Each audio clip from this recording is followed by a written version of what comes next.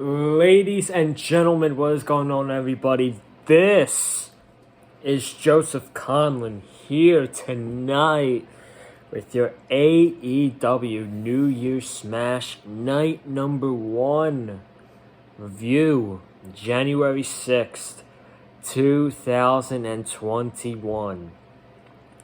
What a night it was. It was an awesome show. My goodness, we really do have a lot to talk about tonight's show. That ending, man, wow. If you told me that was going to be the ending at the end of this show, I don't know if I would have believed you. I'm not sure if I would have believed you, but we got a lot to talk about tonight, man. My goodness. It was a good way to get our minds off of the drama that happened in the world today. Speaking about that, I just want to make sure that wherever you are, you're staying safe and staying inside, because this world is absolutely crazy, man. So hope everybody watching this video is staying safe, but this was a great way to get our minds off of what happened earlier today. That show was awesome tonight. Probably outside of one match, which we will talk about. But let's get right into it, man. If you haven't already, make sure you go check out my Monday Night Raw review from Monday. Almost reaching 100 views. If we could push that to 100 views, I would appreciate that. And then you could go check out my goals for 2021 as well. If I remember, I'll put one of those videos in the link in the description. It's probably gonna be my my Raw review. So let's just talk about this show, man. Let's have a good time. Let's talk about this show. The Young Bucks and SCU versus TH2 and The Acclaimed was the first match of the night. 8-man tag. They've been building this up for a month, actually. So, they've been building this match up for about 1 month now. These 4 teams in particular had a series of matches. And this was a very fun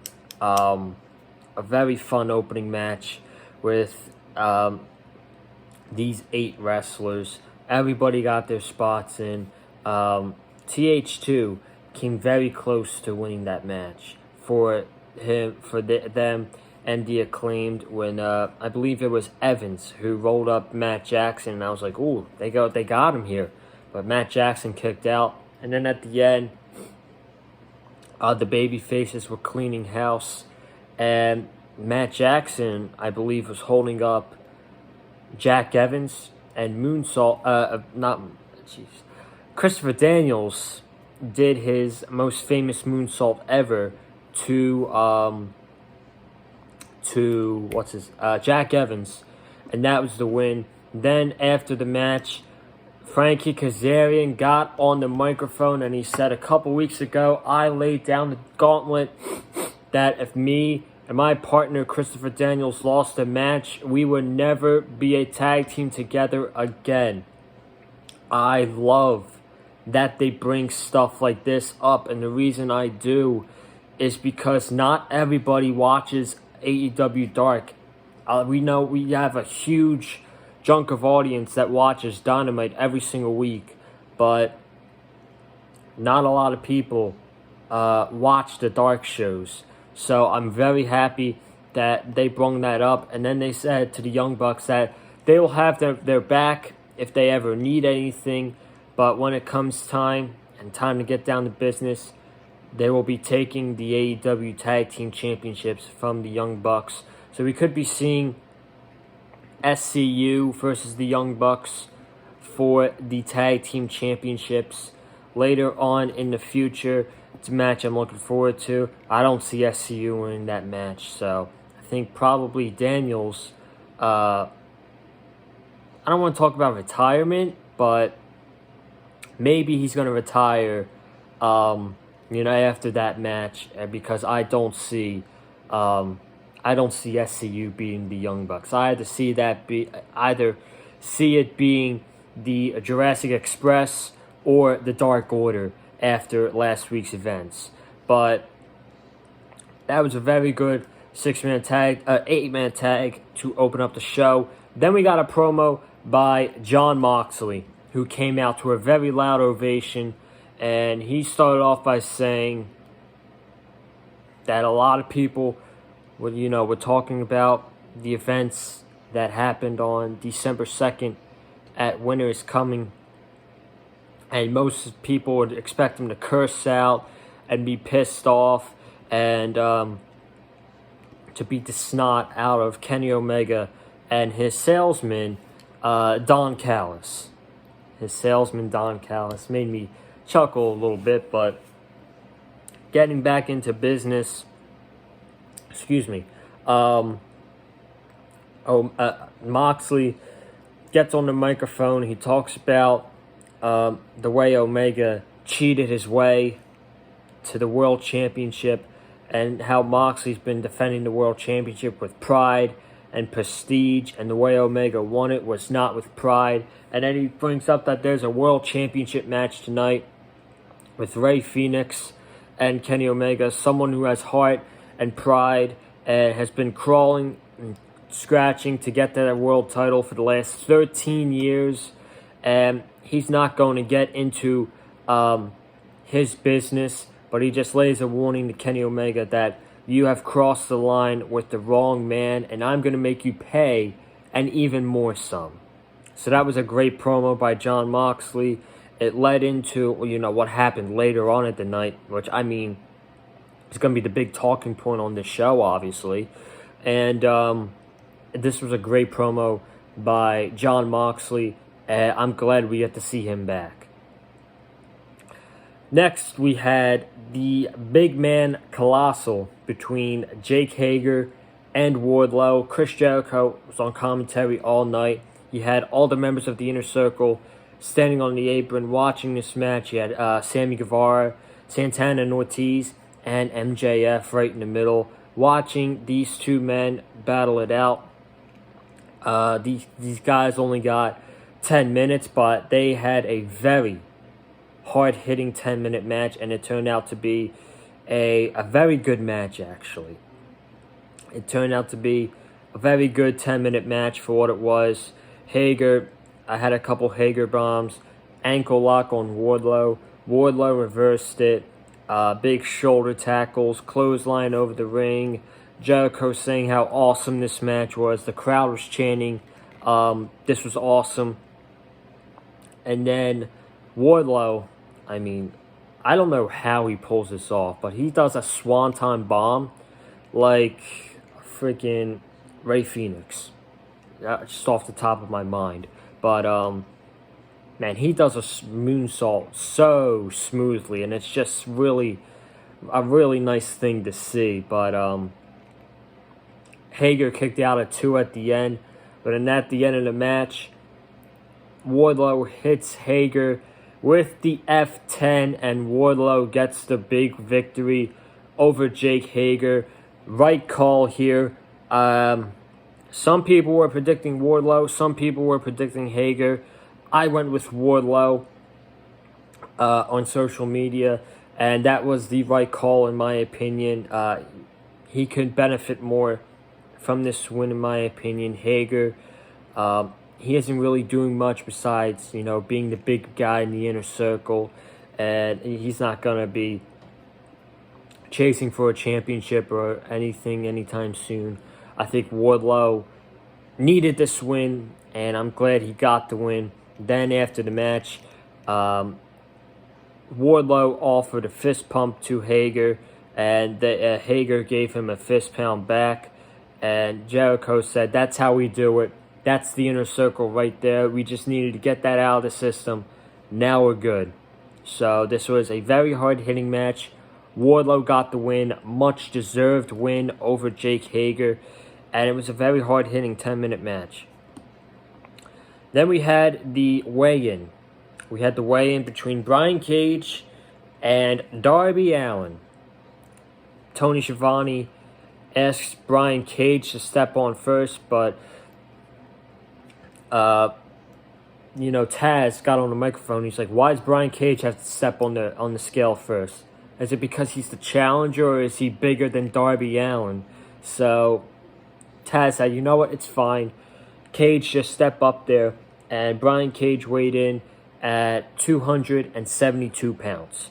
So that was Brian Cage. Darby Allin then got on there, and he stepped on weighing 170 pounds. So Cage weighed, 102 pounds more than Darby Allin.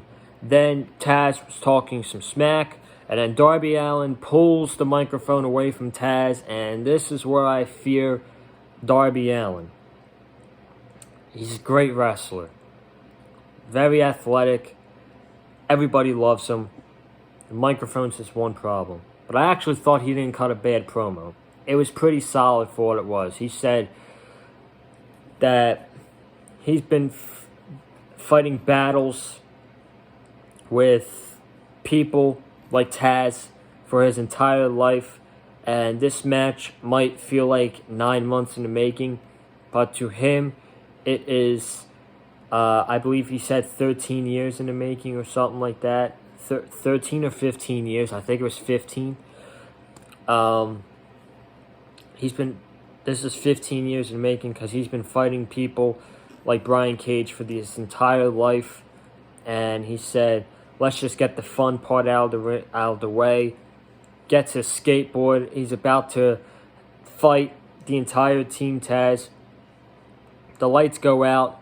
Sting comes out, and he comes out and stands with Darby Allin. Taz is on the microphone while all of Team Taz are standing in the snow, and he's like, "I'm sick of you, and Darby, watch out, because Brian Cage is going to defeat you in decisive fashion for the TNT Championship next week." So this was a pretty good last stretch, last attempt to put over this TNT Championship match, which will be the main event of next week's show, which I think is taped.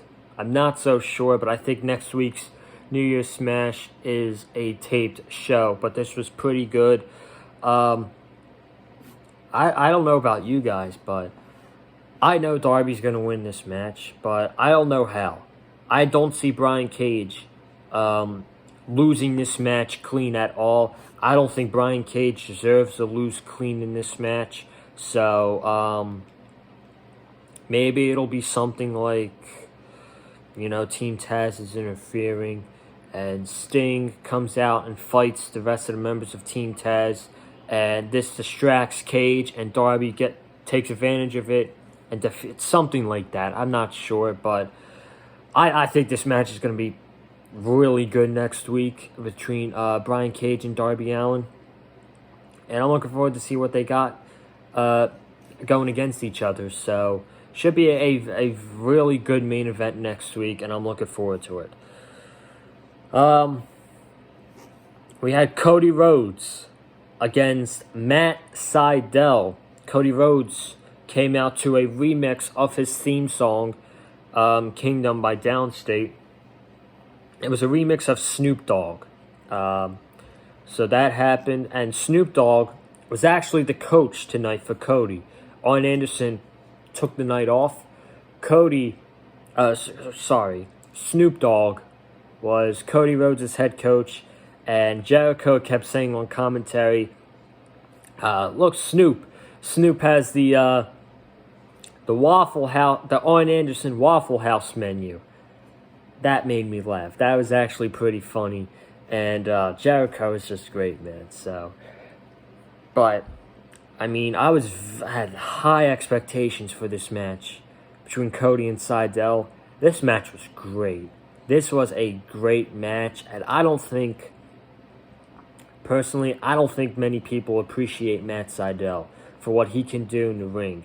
I think he is very good, and he was a very good signing for AEW. He is fierce, man. Matt Sydal is fierce in the ring. So he goes after Cody early with a drop kick, goes after, kicks to the thighs, kicks to the head, which kicked Cody right in the back of the head.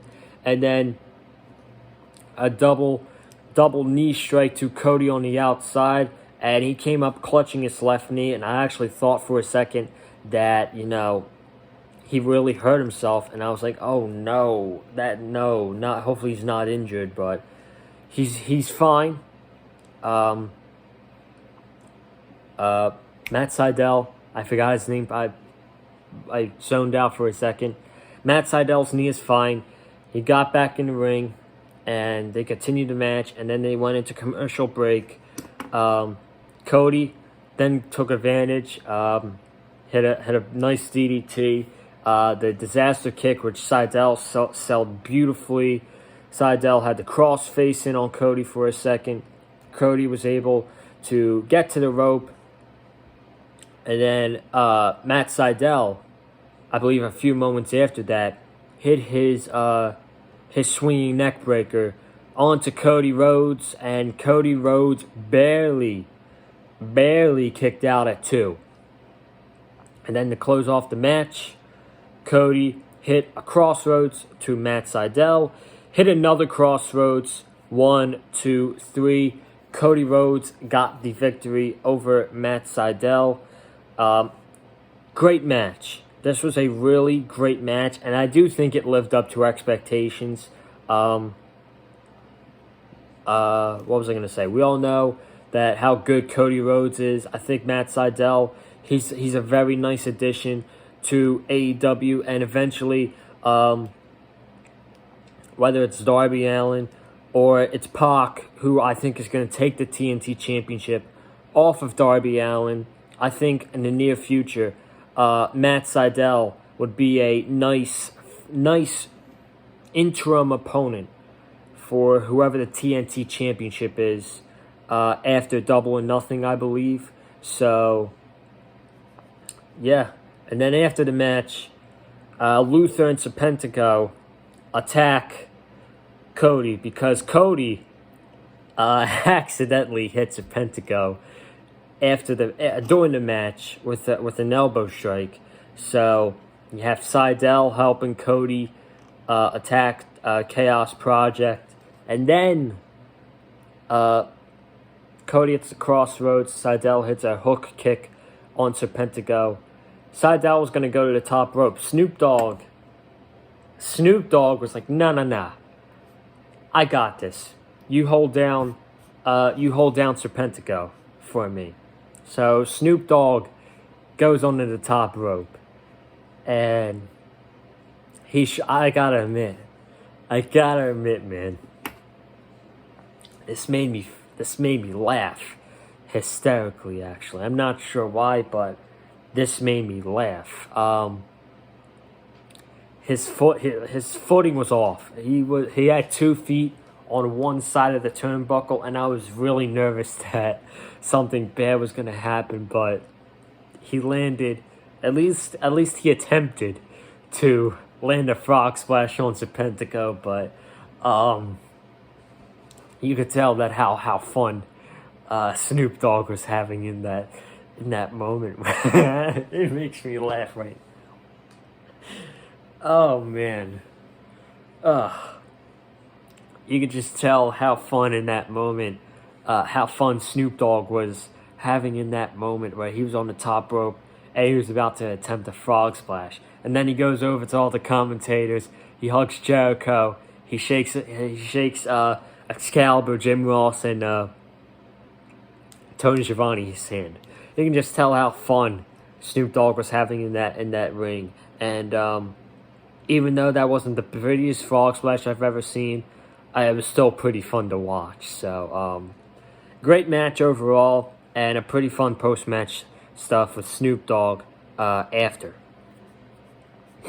Then we got to the AEW Women's Championship match between Abaddon and Hikaru Shida.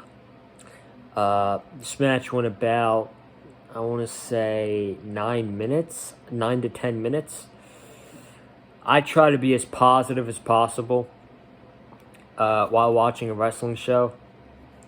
except Monday Night Raw sometimes, because that show is just dreadful to watch. But I try to be as positive as possible for the shows, and usually I am on Wednesday nights, but this match was not good. I'm sorry. This match between Abaddon and Hikaru Shida, this match was not good. Abaddon went to the stage early to attack Shida. They were brawling all in the ring, outside the ring, and then Abaddon actually bit the leg of Hikaru Shida. Then they were fighting on the outside. Abaddon was dragging Hikaru Shida in the ring, in the ring, literally, under the ring. I meant, my apologies. She dragged Shida under the ring. She came out with blood on her face, and Hikaru Shida's neck was bitten by Abaddon once again. Then they went into a commercial break, and besides that, this match was sloppy. If there's one word to describe this match, it's sloppy. I don't think it's Shida's fault. Shida's a very good wrestler, but I literally just think they did this match just to have Shida conquer another challenger, because we all know who's taking that title off of her at the next pay-per-view. It's going to be Britt Baker. So I feel like they just did this just to have Shida, like I said, conquer another challenger. She defeated Penelope Ford, Thunder Rosa, I believe, Anna Jay, if I'm not mistaken, and Nyla Rose before that. So this was just to add to her list, and I think Shida's reign's coming to an end pretty soon. And then at the end, the ending felt rushed. The ending felt really rushed. At the end, Abaddon did a move, and then Shida just got out of it. She hit her knee, and it was it. That was the match. So I was not really a big fan of this match at all, and it's not Shida's fault. I think it's just Abaddon. Her character's fine for what it is, but I need to see a little bit of more improvement in the ring from Abaddon before, okay, she's legit. I can take her seriously. Like Anna Jay. I was not that high on Anna Jay beforehand. She was a little bit green to me. In my opinion, Anna Jay has gotten a lot better. From the first time we've seen her in June, her first match was against Shida. She looked very good in that match, but she was still a little bit green, in my opinion. Since joining the Dark Order, in my opinion, she has gotten a lot better. And I need to see Abaddon do the same thing that Anna Jay did, work in progress. So hopefully she will get to that level sooner rather than later. But we got night 2 of New Year's Smash next week, and announced for that show, we got, I believe, Eddie Kingston versus Pac. That should be very good. The TNT Championship match next week between Darby Allin and Brian Cage. We got Serena Deeb against Ty Conti for the NWA Women's World Championship. We have Miro versus Chuck Taylor. The Waiting Room, which is a segment that's been happening on Dark, is going to make its Dynamite debut with Cody Rhodes as the guest. And there's another match there now. FTR against the Jurassic Express. But it's not going to be Jungle Boy and Luchasaurus. It is going to be Jungle Boy and Marco Stunt. So it just pretty much confirms who is taking the pin in that match. And it will be Marco Stunt. Oh, let's talk about this main event. Let's talk about the last half hour of the show. Kenny Omega versus Rey Fenix for the AEW World Championship.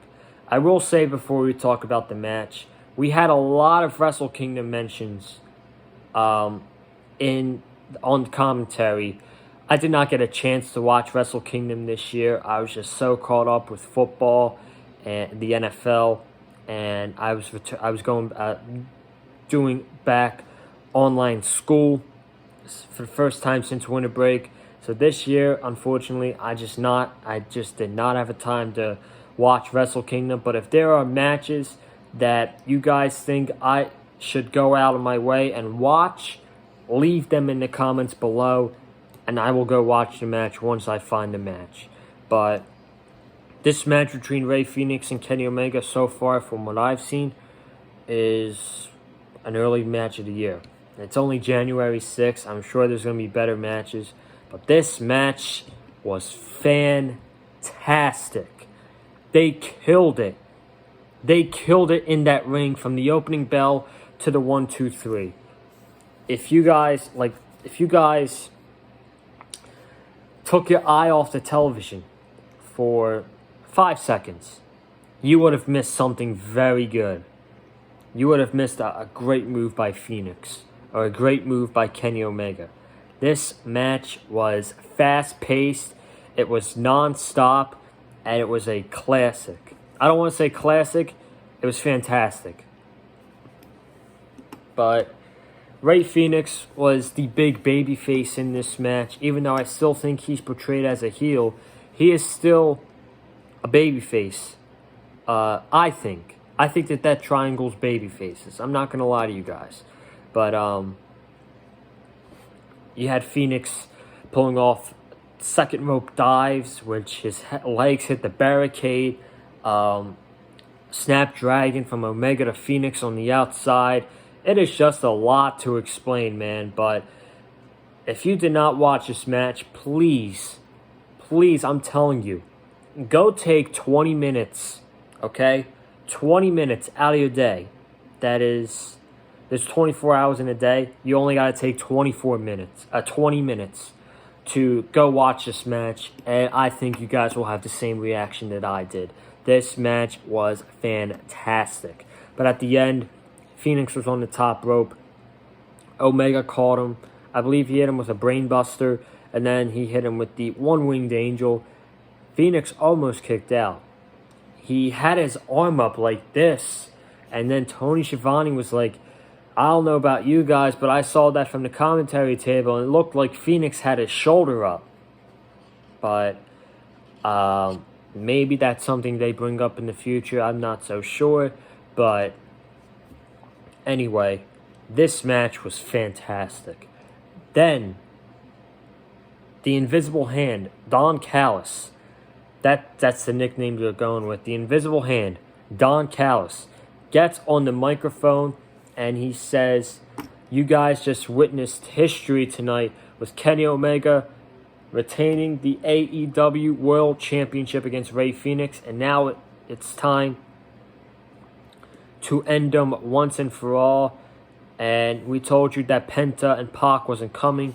He puts his hand up on the Titantron, and backstage you see the Butcher, the Blade, and Eddie Kingston, who are attacking Penta and Pac backstage. So Rey Fenix had no help in this match. And then Jon Moxley comes out with a barbed wire baseball bat, and he starts attacking Kenny Omega with the bat. He is attacking Omega. He is pointing the baseball bat at Don Callis. Don Callis is playing distraction with Jon Moxley. Coming out from the crowd, the Good Brothers, Gallows and Anderson, showed up tonight, and they attacked Jon Moxley. The crowd went crazy. I marked out for Gallows and Anderson tonight. Impact Tag Team Champions. They start going after Jon Moxley, beating him up with the baseball bat, the barbed wire baseball bat. Then you see the babyface side. They're like, you know what? We got to do something about this. You see Varsity Blondes. They go in and attack the Good Brothers. A couple guys from the heel side go in there. I believe I saw Sean Dean go in there. Fuego del Sol, who got powerbombed through a table by Doc Gallows. And then the Young Bucks at the end. The Young Bucks, they come in and they try to stop all of this. They stop all of it from what's happening. They tell Kenny to stop what they're doing. Gallows and Anderson to stop. What are they doing? And then you see the Young Bucks. Matt Jackson super kicked Griff Garrison. And Tony Schiavone tried to make it like I think Matt Jackson kicked Griff Garrison on purpose. So then Kenny Omega raises up the Too Sweet. You got the Good Brothers in there with the Too Sweet. And the Young Bucks are contemplating it. Nick Jackson puts it in. And then Matt Jackson puts it in. They go off the show. You see Kenny Omega, Doc Gallows, Carl Anderson, and the Young Bucks all Too Sweeting each other. It was a thing of beauty. That was a incredible finish to a awesome show that we saw tonight. What a finish. I got more questions than I do answers. Is the Bullet Club reunited? From social media, I think most people think that the Bullet Club is reunited, and this is AEW's version of the Bullet Club, bringing in Gallows and Anderson. Even Chris Jericho said multiple times that Doc Gallows and Carl Anderson did not even under contract with AEW. And then the other question that I'm getting is, are the Young Bucks heels now? Did we just witness a Young Bucks heel turn on AEW Dynamite tonight? I don't know. I don't know if they're just playing with the Good Brothers. I don't know if this is legit. But this is insane. And, we're going to find out where this goes for the next couple weeks. I'm pretty sure something is going to happen on Impact Wrestling next Tuesday, which is the go-home show for their pay-per-view. And their pay-per-view next week is going to be main evented by Gallows and Anderson teaming with Kenny Omega to go up against Rich Swann and the Motor City Machine Guns, which I'm actually shocked they didn't show up at the end of the show. I thought for sure that when Jon Moxley was getting hit with that baseball bat, all three of them were showing up. I thought for sure that was going to happen, but they did not show up tonight. And that was the way New Year's Smash went out tonight. An awesome show. Night 1 was an awesome show, and I'm very excited for Night 2 next week. So that wraps up the review here tonight. Thank you each and every single one of you who tuned into the review tonight. Make sure you hit that subscribe button. We are at 325 subscribers here on the channel. So make sure you're hitting that subscribe button. Short-term goal. Let's try to get to 330 subscribers before the end of the weekend. I would very much appreciate that. Comment down below, what did you guys think of tonight's AEW New Year's Smash show? Leave a comment down below. I will like the comment, and I will get back to your comment as soon as possible. Hit that like button if you like what you heard from me in this video, and follow me on Twitter at Colin_Joseph. And guys, I will see you tomorrow back here on the channel when I drop my NFL wildcard predictions for this weekend's playoffs. So stay tuned for that tomorrow. And have a good night, guys. Stay safe, be classy, and be good humans.